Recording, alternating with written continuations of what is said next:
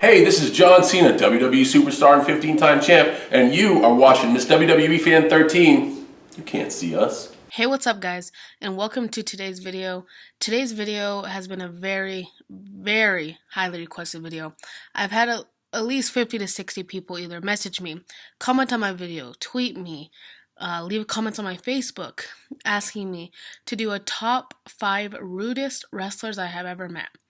Now, if you guys have been following my channel since it started, or for a long time, you guys know I have met, I don't even know how many people, at least over 200 wrestlers, maybe more. I have not really counted, to be honest. So obviously, when you go to meet and greets, you're gonna have your good meet and greets, and you're gonna have your bad meet and greets. Luckily for me, I've had way more good meet and greets than I've had bad. That is why this list was honestly very hard to come up with. Being honest with you guys, the first 4 wrestlers were super easy to come up with. Like, they were the top 4 that I could always pop in my brain when someone asked me, well, who was rude when you met them? But the 5th one, I really had to sit here for about 20 minutes and think about it. And, you know, the 5th one, he wasn't so much rude. There was just a big thing that happened right before it was my turn to meet him, which I will explain more when the video actually starts. But before this video actually starts, there's a few things I would like to tell you guys. Number 1, if you guys like to shop on ringsidecollectibles.com, buying figures and, you know, all that other good stuff, use code MissWWEFan13 at checkout, pretty much my name on YouTube, and you guys will get 10% off your order. And secondly, one of my friends, good friends, he is going to be heading over to Africa soon to teach the kids of Africa pretty much how to read and just any kind of educational stuff. And so he needs to raise money in order to be able to go there. And so if you guys want to help him be able to go help the kids over there, at the top of the description box there will be his GoFundMe. It'll pretty much explain everything there at the GoFundMe about what he's trying to do. So please go take a look at that. Every dollar helps. So let's get this video started. Alright, so coming in at number 5 is Mark Henry, as you see on the picture. You know, I've had many friends meet him, and they say he was very nice. And, you know, when I saw he was doing a signing at Access, I think it might have been WrestleMania 32. I'm not 100% sure. I was very excited to get in his line and go talk to him and meet him and get his signature and stuff.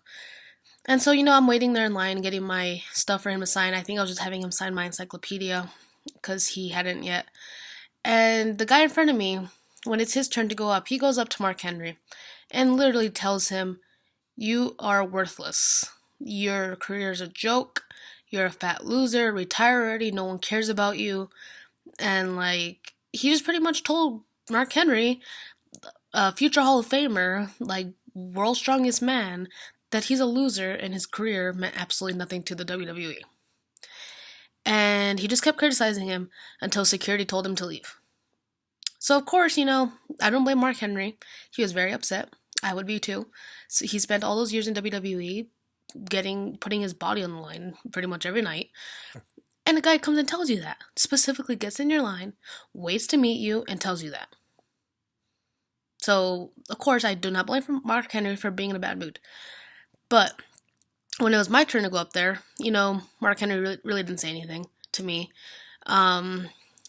Before it was my turn and he was meeting everyone else, you know, he was being really cool with everyone, taking their time to talk, you know, taking selfies, taking as many photos as they wanted, signing anything they wanted. But of course, that guy has to go and ruin it for me and everyone else after me. And yeah, Mark Henry really did not say anything to me. He just signed my book, rushed me out of there. He looked really pissed and upset, which he has every right to be pissed and upset. Because if someone told me that, I'd probably, like, world's strongest slam them or whatever his move's called. Gosh, I'm surprised he didn't. But, you know, hopefully I get another chance to meet Mark Henry, and maybe this next time will be a better experience, as long as that guy's not there. Alright, coming in at number 4 is someone a lot of the younger people, kids, maybe even people my age, won't know. His name is Zeus, aka Tiny Lister. You might recognize him from the movie Friday, or from, I know he's been in some music videos, I can't remember exactly which ones, but he's been in a few. And so basically I'm going to give you a little background on Tiny Lister, aka Zeus, if you do not know who he is. He was featured in a movie called No Holds Barred with Hulk Hogan in like I think in the 1980s. And so basically that movie was a wrestling movie, and I think Hulk Hogan and him had a match in the movie and Hogan won. And so what they did with WWF is they had that feud in the movie come out to actually WWF. So Zeus came, said he wanted to beat Hogan in real life, and so he formed an alliance with Macho Man. And at SummerSlam 1989, Macho Man and Zeus teamed up against Hogan and Brutus the Barber Beefcake, and of course Hogan won. And then a few months later, he joins alliance with $1 Million Man Ted DiBiase, going into Survivor Series, and basically I think they teamed up. I think it was the Hulkamaniacs, which I think it was Hulk Hogan, Jake the Snake, and Demolition faced the $1 Million team, which was obviously Ted DiBiase, Zeus, and the Powers of Pain. And yeah, so then of course the Hulkamaniacs won that, and then Zeus went on to WCW, of course, and he joined the Alliance to End Hulkamania. And so pretty much Zeus's role in WWF and WCW was to pretty much end Hulk Hogan, which clearly did not happen, but onto the point of this video. When I met Zeus, I went to Tucson, Arizona to a convention. It was one of the first conventions I went to after getting sick with cancer. And so my dad pays for me and my nephew to get this really cool like package deal to where we get to meet everyone there. And there was Bret Hart there, Goldberg was there, the NWO was there minus Hulk Hogan. Let's see, who else was there? Bret Hart, Ric Flair was there. A lot of female wrestlers were there. I think Lita was there. Edge was there. And so, it was a really awesome convention. And so the package came with a ticket to meet Zeus. And I will be straight up honest with you, I didn't know who Zeus was. So I started doing research and whatnot. And that's when I found out who he was. And so I go up to meet him. I tell him hi. It's nice to meet him, like usual, how I tell everyone.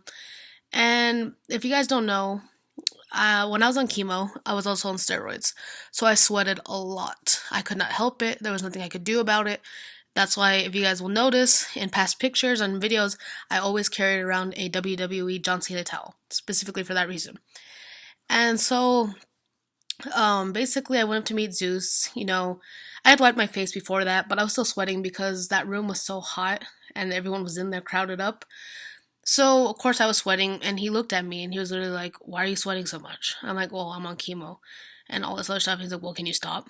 And I was like, I didn't say anything, but I just handed him my book. And then my nephew was just standing there. My nephew had no idea who he was. I think he recognized him from a music video, but that was about it. And then he just was giving my nephew dirty looks. And at the time, I was just like, didn't think of anything of it. But after we finished, I started thinking about it. I'm like, Zeus was such a jerk about this whole situation. Like, it's not my fault. I can't control myself sweating because I'm on medications that make me sweat. And so he just made it very uncomfortable. He made me feel like shit because, it's not my fault I was sweating. I was already insecure about it because I was always sweating and it was just bad. And so he just made me feel like complete crap. So I will never pay to meet Zeus again. Ever. And I've had other friends who met him and they say he was a total jerk too. And he's even on their top 5 meanest wrestlers they've met. So that just tells you a little something about Zeus. And number 3 on the list is someone who surprised me, to be honest with you guys.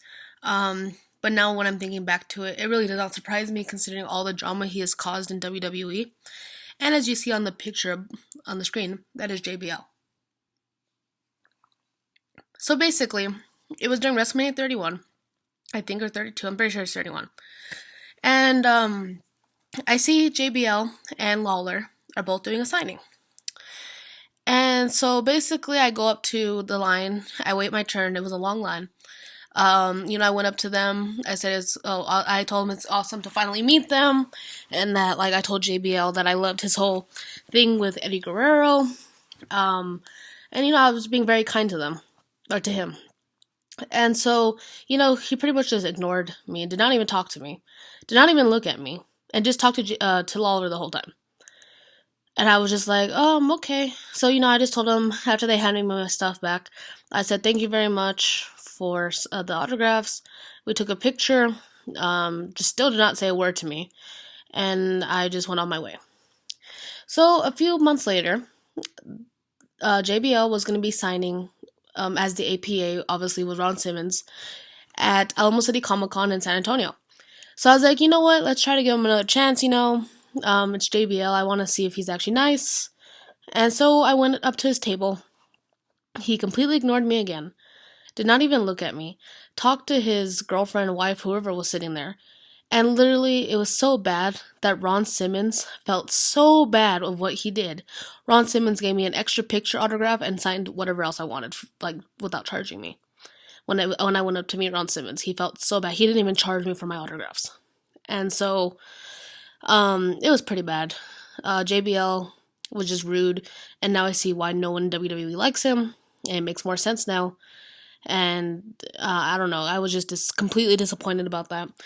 A lot of my other friends have met him and said he was nice. I don't know if he's, like, against gay people. I don't know. I've heard he's homophobic. I don't even know. To be honest, I don't even know why he acted like that.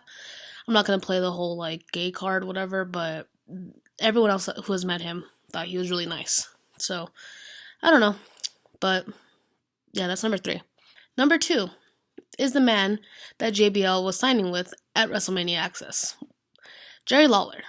This one really shocked me and it really pretty bummed me out.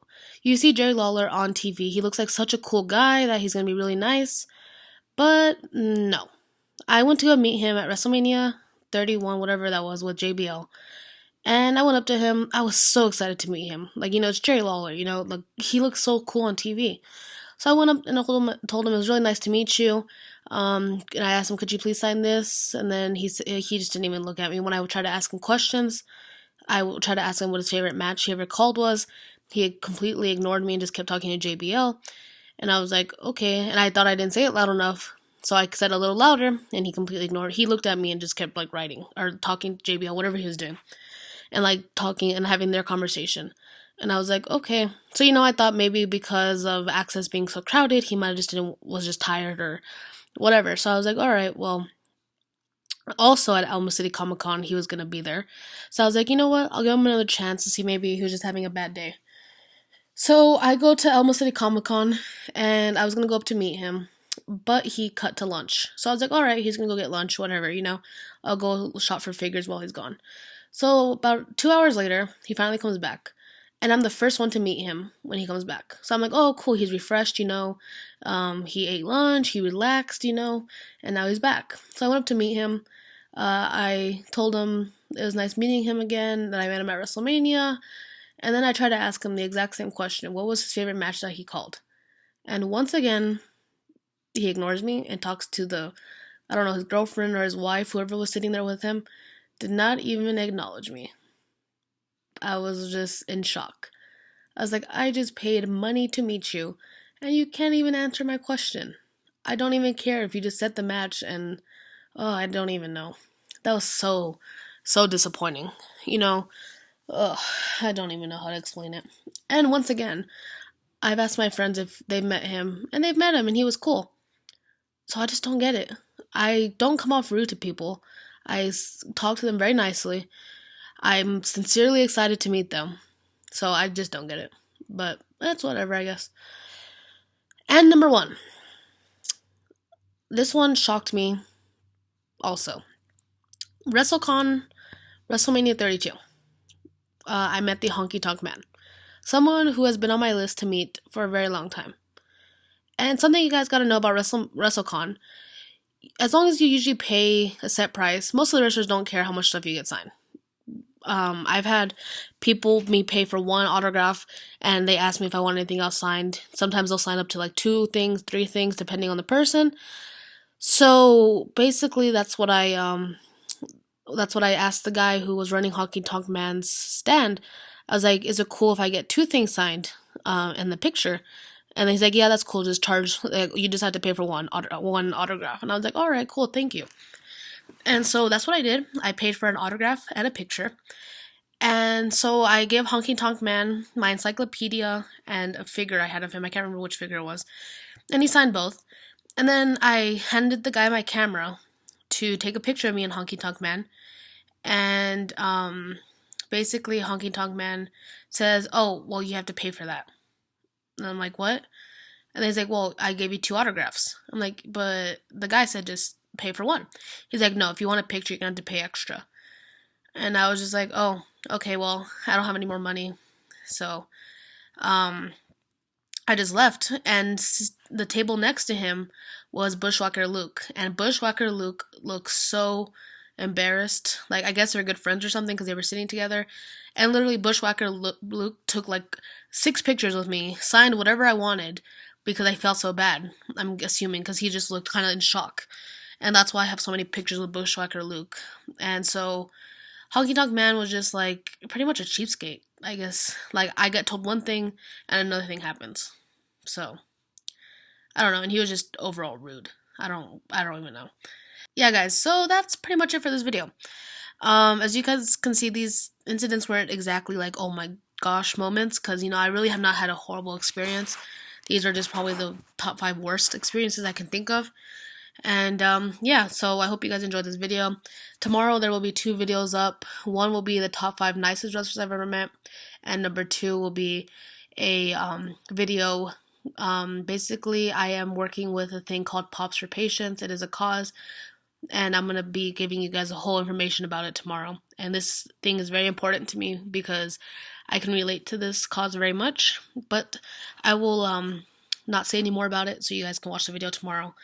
And yeah, that's it. I hope you guys enjoyed, and I will see you guys in tomorrow's video.